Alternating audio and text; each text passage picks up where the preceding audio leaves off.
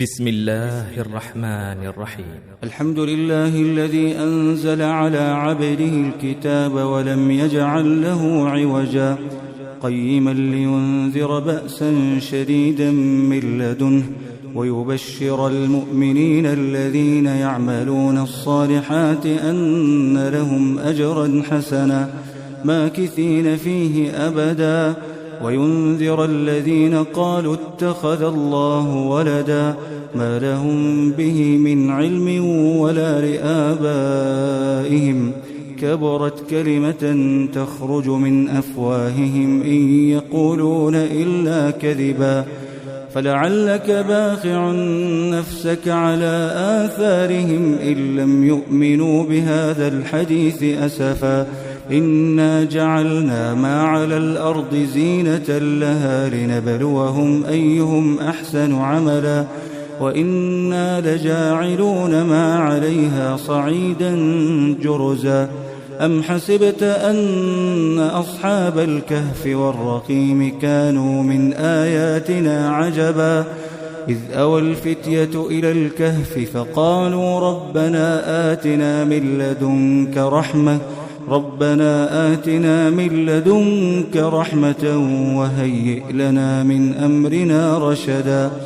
فضربنا على آذانهم في الكهف سنين عددا ثم بعثناهم لنعلم أي الحزبين أحصى لما لبثوا أمدا نحن نقص عليك نبأهم بالحق إنهم فتية آمنوا بربهم وزدناهم هدى وربطنا على قلوبهم إذ قاموا فقالوا ربنا رب السماوات والأرض لن ندعو من دونه إلها لقد قلنا إذا شططا هؤلاء قومنا اتخذوا من دونه آلهة لولا يأتون عليهم بسلطان بين فمن أظلم ممن افترى على الله كذبا وإذ اعتزلتموهم وما يعبدون إلا الله فأووا إلى الكهف ينشر لكم ربكم من رحمته ويهيئ لكم من أمركم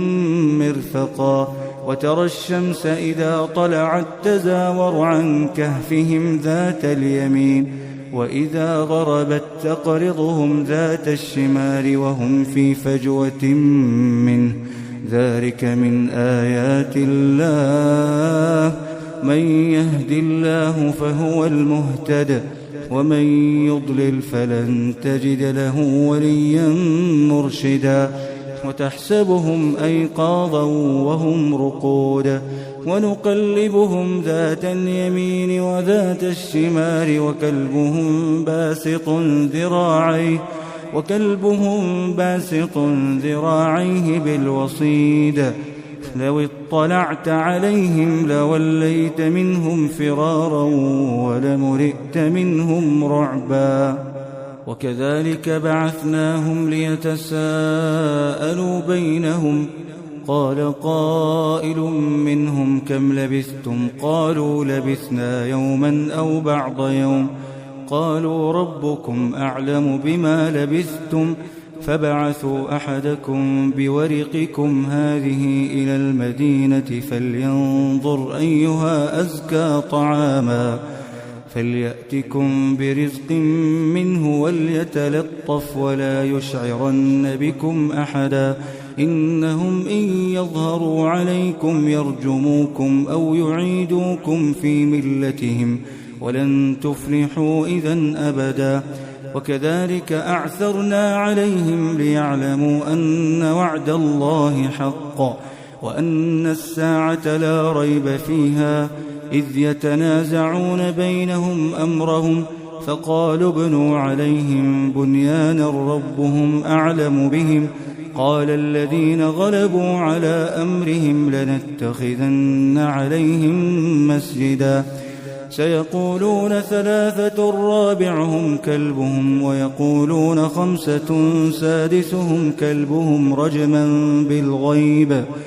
ويقولون سبعة وثامنهم كلبهم قل ربي أعلم بعدتهم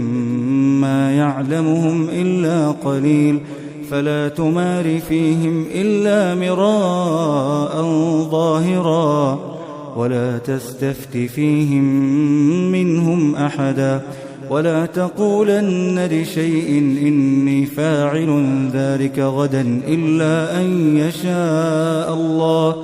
واذكر ربك إذا نسيت وقل عسى أن يهديني ربي لأقرب من هذا رشدا ولبثوا في كهفهم 300 سنين وازدادوا 9 قل الله أعلم بما لبثوا له غيب السماوات والأرض أبصر به وأسمع ما لهم من دونه من ولي ولا يشرك في حكمه أحدا واتل ما أوحي إليك من كتاب ربك لا مبدل لكلماته ولن تجد من دونه ملتحدا واصبر نفسك مع الذين يدعون ربهم بالغداة والعشي يريدون وجهه ولا تعد عيناك عنهم تريد زينة الحياة الدنيا ولا تطع من أغفلنا قلبه عن ذكرنا واتبع هواه وكان أمره فرطا وقل الحق من ربكم فمن شاء فليؤمن ومن شاء فليكفر إنا أعتدنا للظالمين نارا أحاط بهم سرادقها وإن يستغيثوا يغاثوا بماء كالمهل يشوي الوجوه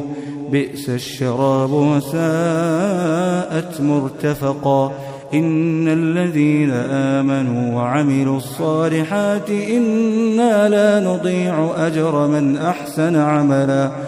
أولئك لهم جنات عدن تجري من تحتهم الأنهار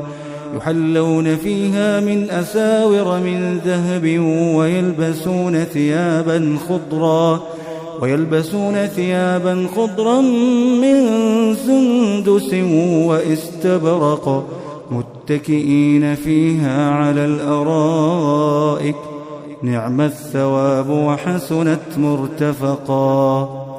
واضرب لهم مثل الرجلين جعلنا لأحدهما جنتين من أعناب وحففناهما بنخل وجعلنا بينهما زرعا كلتا الجنتين آتت أكلها ولم تظلم منه شيئا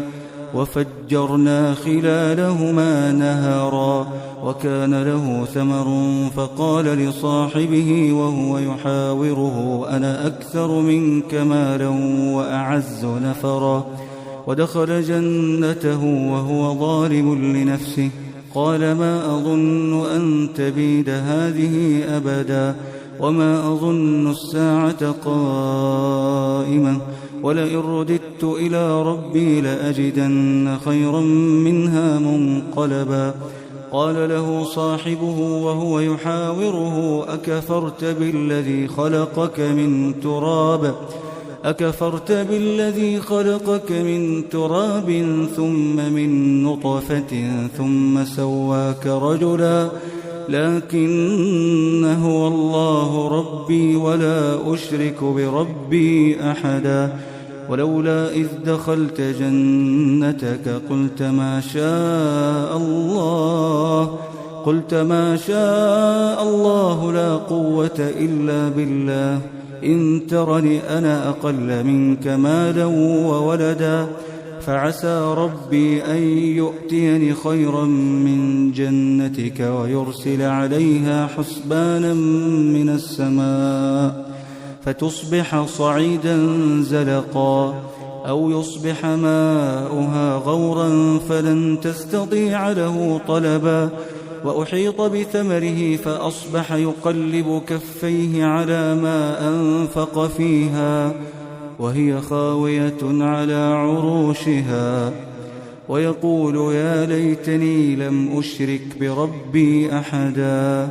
ولم تكن له فئة ينصرونه من دون الله وما كان منتصرا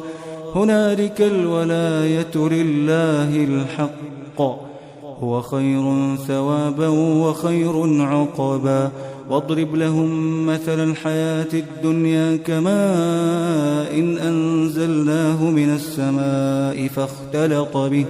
فاختلط به نبات الأرض فأصبح هشيما تذروه الرياح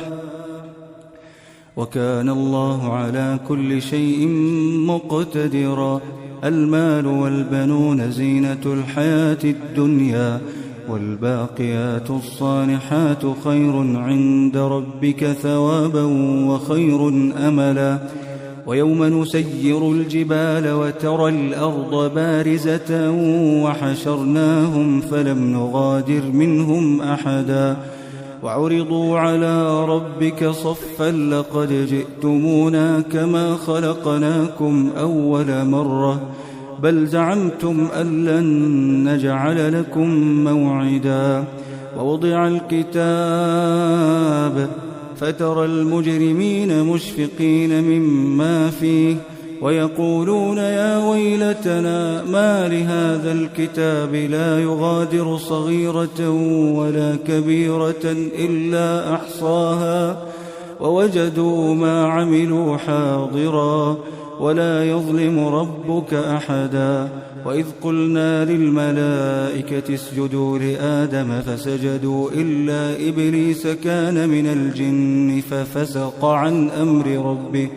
أفتتخذونه وذريته أولياء من دوني وهم لكم عدو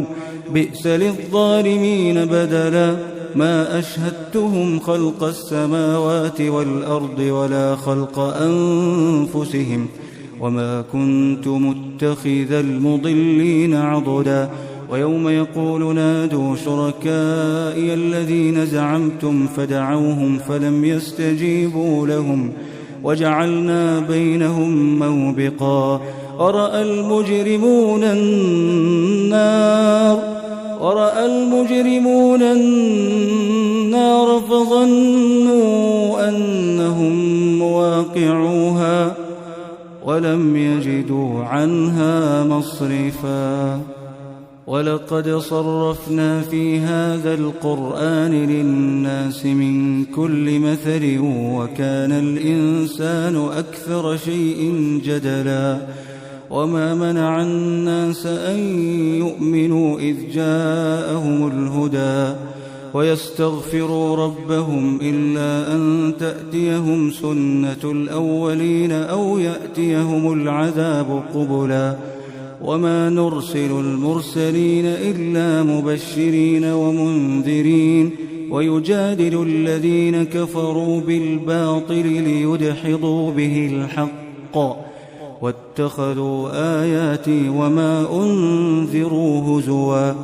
ومن أظلم ممن ذكر بآيات ربه فأعرض عنها ونسي ما قدمت يداه إنا جعلنا على قلوبهم أكنة أن يفقهوه وفي آذانهم وقرا وإن تدعهم إلى الهدى فلن يهتدوا إذن أبدا وربك الغفور ذو الرحمة لو يؤاخذهم بما كسبوا لعجل لهم العذاب بل لهم موعد لن يجدوا من دونه موئلا وتلك القرى أهلكناهم لما ظلموا وجعلنا لمهلكهم موعدا وإذ قال موسى لفتاه لا أبرح حتى أبلغ مجمع البحرين أو أمضي حقبا فلما بلغا مجمع بينهما نسيا حوتهما فاتخذ سبيله في البحر سربا فلما جاوزا قال لفتاه آتنا غداءنا لقد لقينا من سفرنا هذا نصبا قال أرأيت إذ أوينا إلى الصخرة فإني نسيت الحوت وما أنسانيه إلا الشيطان أن أذكره واتخذ سبيله في البحر عجبا قال ذلك ما كنا نبغ فارتدا على آثارهما قصصا فوجدا عبدا من عبادنا آتيناه رحمة من عندنا وعلمناه من لدنا علما قال له موسى هل أتبعك على أن تعلمني مما علمت رشدا قال إنك لن تستطيع معي صبرا وكيف تصبر على ما لم تحط به خبرا قال ستجدني إن شاء الله صابرا ولا أعصي لك أمرا قال فإن اتبعتني فلا تسألني عن شيء حتى أحدث لك منه ذكرا فانطلقا حتى إذا ركبا في السفينة خرقها قال أخرقتها لتغرق أهلها لقد جئت شيئا إمرا قال ألم أقل إنك لن تستطيع معي صبرا قال لا تؤاخذني بما نسيت ولا ترهقني من أمري عسرا فانطلقا حتى إذا لقيا غلاما فقتله قال أقتلت نفسا زكية بغير نفس لقد جئت شيئا نكرا قال ألم أقل لك إنك لن تستطيع معي صبرا قال إن سألتك عن شيء بعدها فلا تصاحبني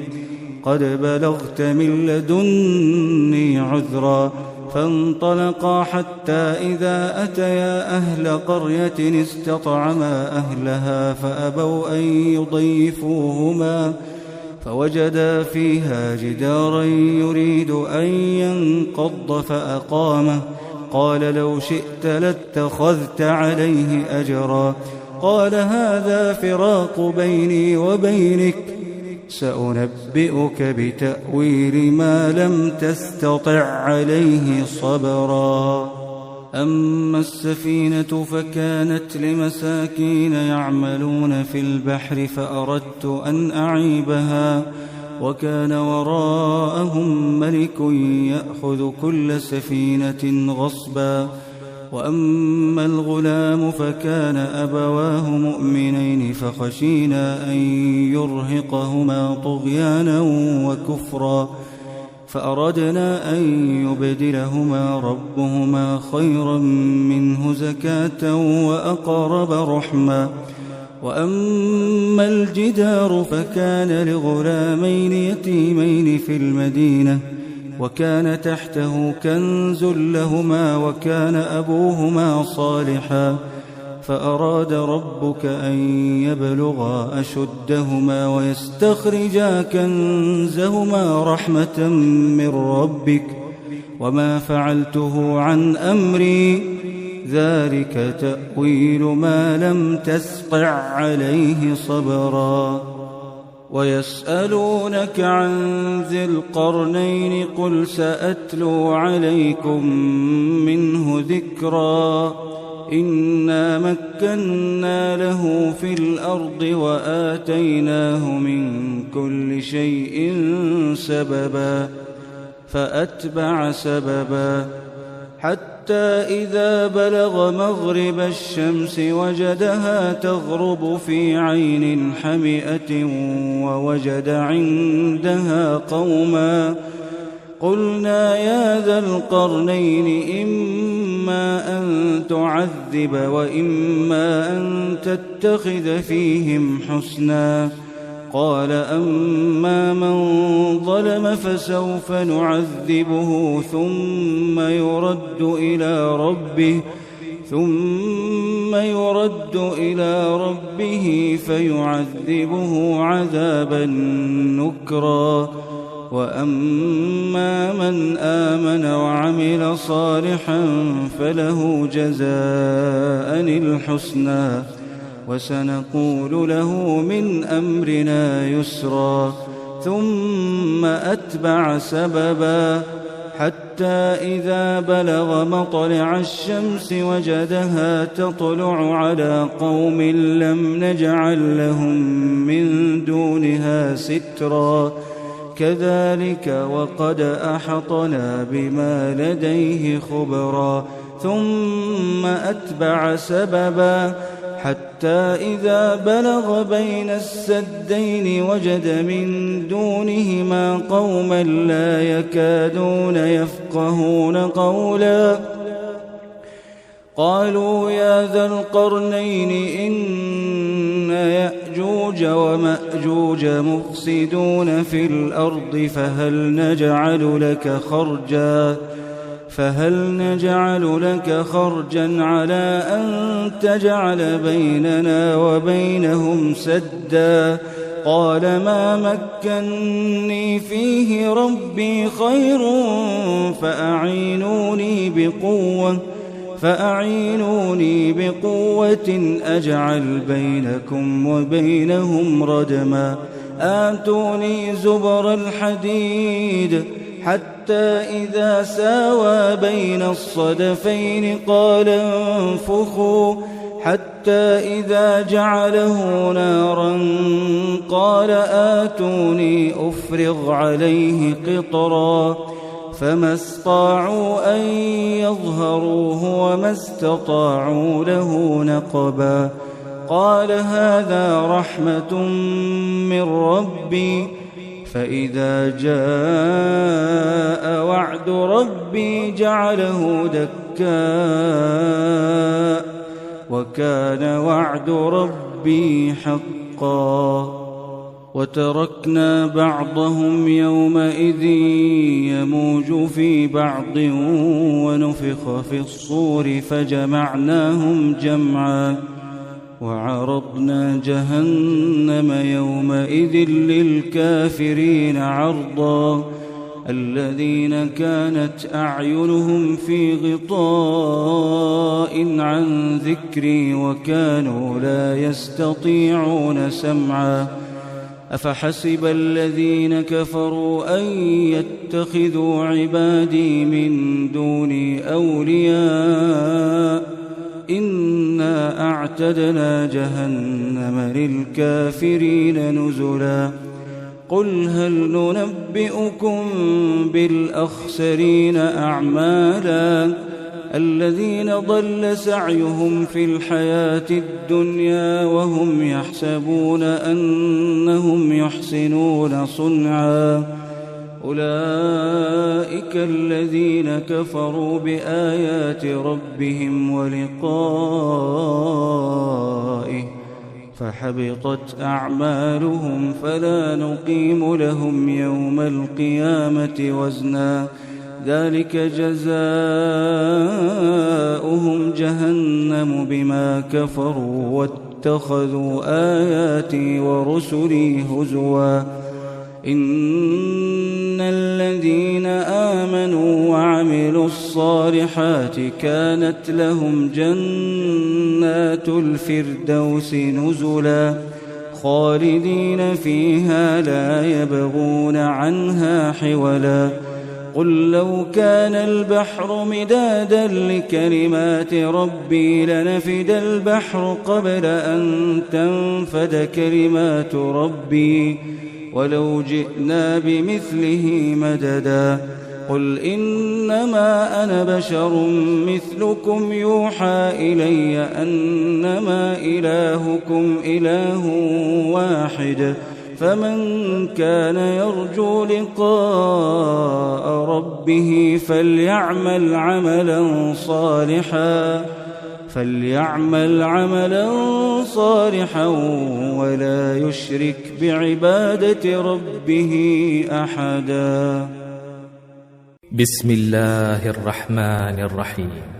يسبح لله ما في السماوات وما في الأرض الملك القدوس العزيز الحكيم هو الذي بعث في الأميين رسولا منهم يتلو عليهم آياته يتلو عليهم آياته ويزكيهم ويعلمهم الكتاب والحكمة وإن كانوا من قبل لفي ضلال مبين وآخرين منهم لما يلحقوا بهم وهو العزيز الحكيم ذلك فضل الله يؤتيه من يشاء والله ذو الفضل العظيم مثل الذين حملوا التوراة ثم لم يحملوها كمثل الحمار يحمل أسفارا بئس مثل القوم الذين كذبوا بآيات الله والله لا يهدي القوم الظالمين قل يا أيها الذين هادوا إن زعمتم أنكم أولياء لله من دون الناس فتمنوا الموت إن كنتم صادقين ولا يتمنونه أبدا بما قدمت أيديهم والله عليم بالظالمين قل إن الموت الذي تفرون منه فإنه ملاقيكم ثم تردون إلى عالم الغيب والشهادة فينبئكم